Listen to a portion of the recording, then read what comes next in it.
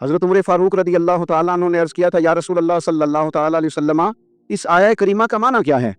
تو محبوب کریم علیہ السلام نے فرمایا عمر جن چیزوں کا اللہ تمہیں حکم دیتا ہے تم اپنے گھر والوں کو ان چیزوں کا حکم دو، جن چیزوں سے رب رسول تمہیں منع کرتے ہیں اپنے گھر والوں کو ان سے روکو، اپنے گھر کے اندر نفاذ دین کرنے کی کوشش کرو۔ میرے بھائی بہت زیادہ آزمائش ہے ہمارے گھروں میں، بے چینیاں ہیں، اضطراب ہے، بچوں میں سختی ہے، بہن بھائی ایک دوسرے کے ساتھ لڑتے ہیں، مزاجوں میں تلخی آ گئی۔ کیوں بھلا؟ اس لیے کہ ماں باپ کو جو بہترین کردار اور جو حسین طریقہ گھر میں اپنانا چاہیے تھا، بچے تقریر باہر سے سنتے ہیں لیکن وہ فالو اپنے ماں باپ کو کرتے ہیں۔ اگر ماں باپ میں حوصلہ ہو، صبر ہو، اطمینان ہو، خودداری ہو، تھوڑے پر گزارا کرنے کا مزاج ہو، دیکھیں نا آج ڈپریشن ہے، ٹینشن ہے، پینکس اٹیکس ہیں، بڑی ساری چیزیں آ گئی۔ کیوں بھلا؟ صبر نہیں، تحمل نہیں، بردباری نہیں۔ آزمائے ایک دن ایک بچہ میرے پاس آ گیا مدرسے کا اور آ کے وہ رونے لگا۔ میرے گھر والے کہنے لگے کھانا چھوڑ دیں پہلے اس کی بات سن لے۔ میں نے کہا پتر کیا ہوا؟ کسی نے مارا ہے کسی استاد نے؟ کہنے لگے نہیں حضرت، گھر فون کیا تھا تو میری اماں اور ابا کی لڑائی ہو رہی ہے۔ بچہ کانپ رہا ہے، ٹانگیں کانپ رہی ہیں۔ میں نے کہا کیا ہو کیا گیا تمہیں پتر؟ لڑائی ہو رہی ہے تو گھروں میں ہو ہی جاتی ہے۔ کہنے لگے نہیں آپ کو پتہ نہیں وہ بڑا سخت لڑتے ہیں۔ میرے والد جب میری والدہ کو مارنے کے لیے آگے بڑھتے ہیں تو ہم سارے چار پنجوں کے نیچے چھپ جاتے ہیں، ہمیں خوف آتا ہے، وہ منظر خطرناک ہوتا ہے۔ یہ کون تکلیف دے رہا ہے اپنے بچوں کو؟ یہاں بیٹھے ہمارے ہاں میلوں دور رہتے تھے اس کے گھر والے تو وہ تکلیف میں تھا، تو گھر میں کیا کیفیت ہو؟ اگر حوصلہ ہو، صبر ہو، قناعت ہو، اللہ کے دیے ہوئے تھوڑے رزق پر ہمیں راضی رہنا آتا ہو، ہمارے گھروں میں سکون آئے، اطمینان آئے، ہم جو زندگی بڑی خوشی خوشی گزار سکتے ہیں۔ ہمارے مزاجوں کا لالچ، ہماری طبیعتوں کی بے راہ روی، ہماری جھوٹی انا کا بت، ان ساری چیزوں کو ختم کر دیتا ہے۔ اپنی زندگی کے اندر اگر ہم وہ کردار اپنے بچوں کو دیں جس کردار میں موبائل بھی ہو، جس میں گھڑی بھی ہو، جس میں پیسے بھی لا کے ابا دراز میں رکھتا ہو، لیکن والد کا گھر میں مصلی بھی موجود ہو، اس کی کوئی تسبیح بھی ہو، وہ یہ بھی کہتا ہو کہ خدا نے اپنے فضل سے آج 5,000 دیا ہے تو اس میں 1,000 غریبوں کا بھی ہے، اس میں تھوڑا سا میں نے اللہ کی رضا کے لیے بھی رکھا ہے۔ اگر کوئی مشکل آ جائے تو وہ باپ اور ماں کو صبر کرتا ہوا دیکھتے ہو، اگر ایک باپ کر بات کرے تو دوسرا برداشت کرتا ہو۔ خدا را اپنی اولادوں کو اس اذیت کا شکار نہ کرو۔ اپنے گھروں کے اندر وہ خودداری، وہ پیار، وہ وقار، وہ محبت، وہ انداز۔ آپ تھکے ہوئے ہیں کوئی شک نہیں، آپ بہت سارے مسائل کا باہر شکار ہوں گے کوئی شک نہیں، لیکن آپ باہر سے تھک کے آئے ہیں، اور اگر آپ باہر اپنی فیکٹری کے مالک ہیں اور دفتر کے بڑے ہیں تو گھر میں بھی تو آپ بڑے ہیں نا، آپ کی ماں بھی تو انتظار کر رہی ہے، اس نے بھی تو دکھڑا سنانا ہے نا آپ کو۔ آپ یہ دیکھیے کہ آپ کے بچے بھی تو انتظار کر رہے ہیں، وہ چاہتے ہیں کہ ابا آ کے بیٹھیں تو ہم ان کے سینے پہ چڑھ کے تھوڑا کھیلیں۔ آپ کی اہلیہ منتظر ہیں، کچھ باتیں بیوی کسی اور سے نہیں کہہ سکتی، صرف اپنے شوہر سے کہتی ہے، لیکن وہ تو آتے ہی جلال میں آ گئے صاحب، وہ کہنے لگے تو بڑی نالائق ہے، میں تھکا ماندہ آیا ہوں اور تو نے مجھے کہانی سنا دی ہے۔ وہ اس خاتون سے شدت کے ساتھ پیش آنے لگے۔ میرے رسول پاک کی حیات نور کو دیکھو، حضرت ام ایمن حضور کی رضائی والدہ ہیں، ان کی بھی خدمت ہو رہی ہے، حضرت حلیمہ سعدی آ رہی ہیں تو خدمت ہو رہی ہے، حضرت عباس حضور کے چچا ہیں تو کریم فرماتے ہیں میرے چچا ہیں باپ کی جگہ پہ، حضور دوست احباب صحابہ غلاموں سب کے ساتھ تیار کر رہے ہیں، 9 ازواج مطہرات ہیں گھر کے اندر، اور کیفیت یہ ہے کہ حضور صرف ان کی ضرورتوں کا ہی خیال نہیں کرتے، خواہشات کا ہی خیال نہیں کرتے، بلکہ میرے کریم کا طریقہ یہ ہے کہ کوئی بندہ آج بول کیا رہا ہے، وہ کہاں کھڑا ہے آج، اس کے جملے کس طرح کے، اس کا لہجہ کس طرح کا ہو گیا ہے اور اسے ٹھیک کیسے کرنا، محبوب اس کا خیال فرماتے، توجہ کرتے۔ میں کہتا ہوں کہ ہم سب کو شوق آیا ہے آرام کرنے کا۔ میں صبح 11 بجے سے پہلے اپنے گھر سے نکل آیا تھا اور یہ وقت آ گیا ہے اور رات کو خدا جانے کس وقت گھر پہنچنا ہے۔ کئی دفعہ کیفیت یہ ہوتی ہے کہ گاڑی سے اترتے ہیں تو پھر دل کرتا ہے کہ کوئی اٹھا کے چلائے نہ کبھی، اس کے باوجود بہت سارے لوگ ناراض رہتے ہیں کہ ہم سے مل کے نہیں گئے، فوٹو نہیں کھنچوا کے گئے، فلانی جگہ چائے نہیں پی کے گئے۔ یہ تسلسل ہے، لیکن میں جتنا مرضی تھکا ماندہ گھر جاؤں گا نا، کبھی ایسا نہیں ہوا کہ میں گھر جاؤں تو بڑی ٹینشن میں جاؤں۔ میری گھر والی ایک دن مجھ سے کہنے لگی آپ نے کبھی نہیں کہا کہ میں تھکا ہوا ہے، بندہ تھک بھی تو جاتا ہی ہے نا، کبھی کہاں کرے نا۔ میں نے اسے کہا پتہ کیوں نہیں کہتا؟ اس لیے نہیں کہتا کہ میں نہیں چاہتا کہ میرے بچے یہ کہیں کہ ہم نے دین نہیں پڑھنا، ہمارا باپ تو بڑی مشکل میں ہے۔ ہم اپنے کام کے بارے میں اپنے گھر میں شکوے کرتے ہیں، آپ کسی بچے سے پوچھ لیں کون سا کام کرنا ہے، کہ جو ابا جی کر دے رہے ہیں وہ نہیں کرنا۔ کیوں؟ کہ ابا جی ہر روز تو کہتے ہیں میں بڑا الجھ گیا ہوں، یہ کام بڑا مشکل ہے۔ میں چاہتا ہوں کہ میں اپنے بچوں کو یہ بتاؤں کہ پتر میں تو جدھر جاتا ہوں پھول ہی پھول ہیں، میں تو جدھر سے گزرتا ہوں محبت ہی محبت ہے، میں تو جدھر سے دیکھتا ہوں دعائیں ہی ملتی ہیں، تاکہ ان کا شوق پیدا ہو۔ میرے عزیز آپ تھوڑا سا دل بڑا کریں، اگر آپ ایک کی وجہ سے پورا گھر سکون میں آ جاتا ہے تو آپ دل بڑا کیوں نہیں کرتے؟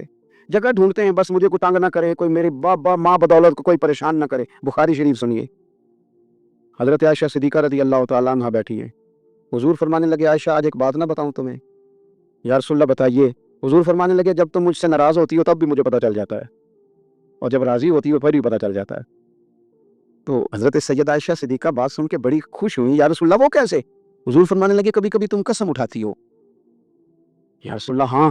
فرمایا جب ہوتی ہو نا راضی، خوش، تو پھر کہتی ہو مجھے رب محمد کی قسم صلی اللہ علیہ وسلم، پھر تم میرے نام کے ساتھ رب کریم کا نام ملا کے قسم اٹھاتی ہو، رب محمد کی قسم۔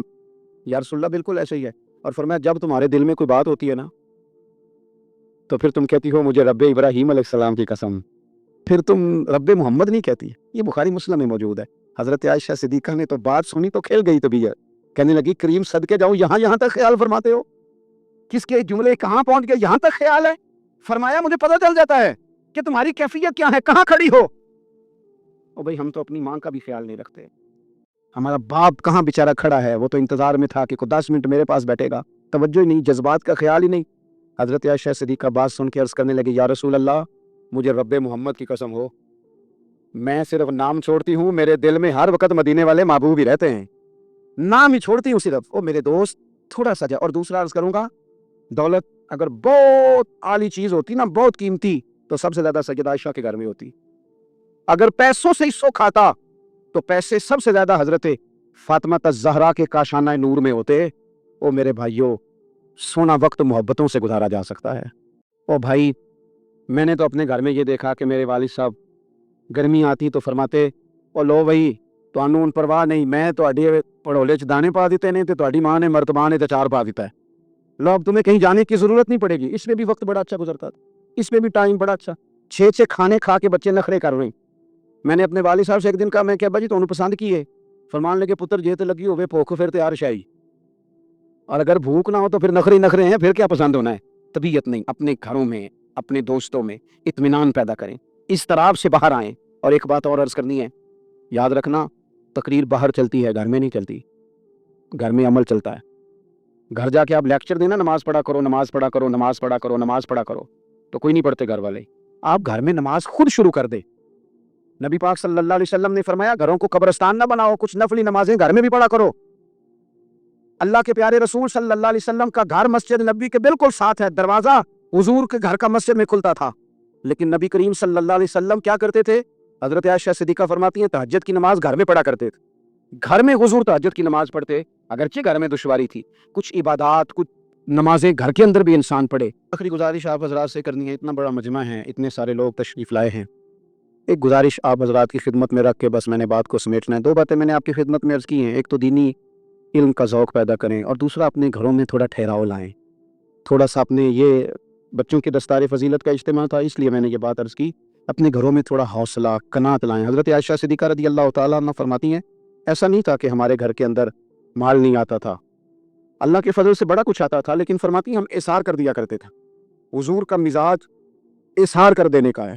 یاد رکھنا شمع سے اگر کئی شمع جل جائیں تو اس کی روشنی میں کبھی کمی نہیں آتی، ہزاروں دیے بھی جل جائیں تو یہ دیے ماند نہیں پڑتے۔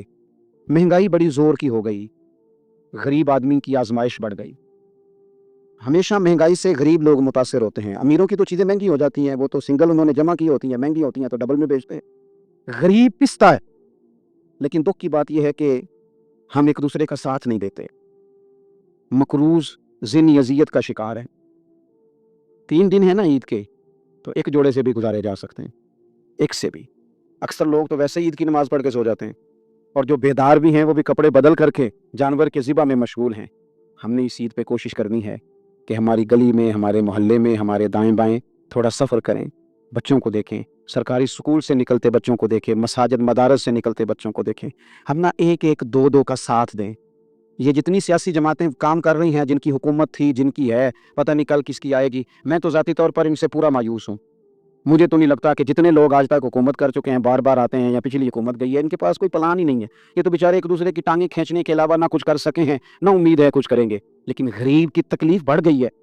میرے پاس 20 لوگ آتے ہیں، آتے تو وہ دعا کا کہنے ہیں،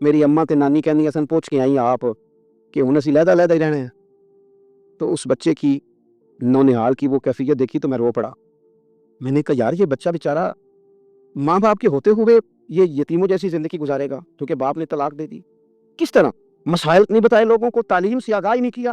اور اس میں بہت بڑا ظلم ہے ان لوگوں کا بھی جو جنازے پہ کھڑے ہو کے تو کہہ دیتے ہیں, میری طرح کے لوگ اچھے علماء کی بات نہیں کرتا, وہ کہہ دیتے ہیں دیکھو جن لوگوں کو جنازہ نہیں آتا. بھئی آپ نے کس دن عشاء کے بعد کلاس لگائی تھی جنازہ سکھانے کی؟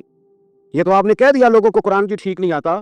تو یہاں تو بیچاری بیبیاں جن کو صحیح پڑھنا نہیں آتا وہ مشن بنا لیتی ہیں کہ میں نے اتنے 100 کو قرآن پاک پڑھانا ہے, بیوہ ہو گئی ہوں, طلاق یافتہ ہو گئی ہوں, ساری زندگی قرآن پڑھاؤں گی.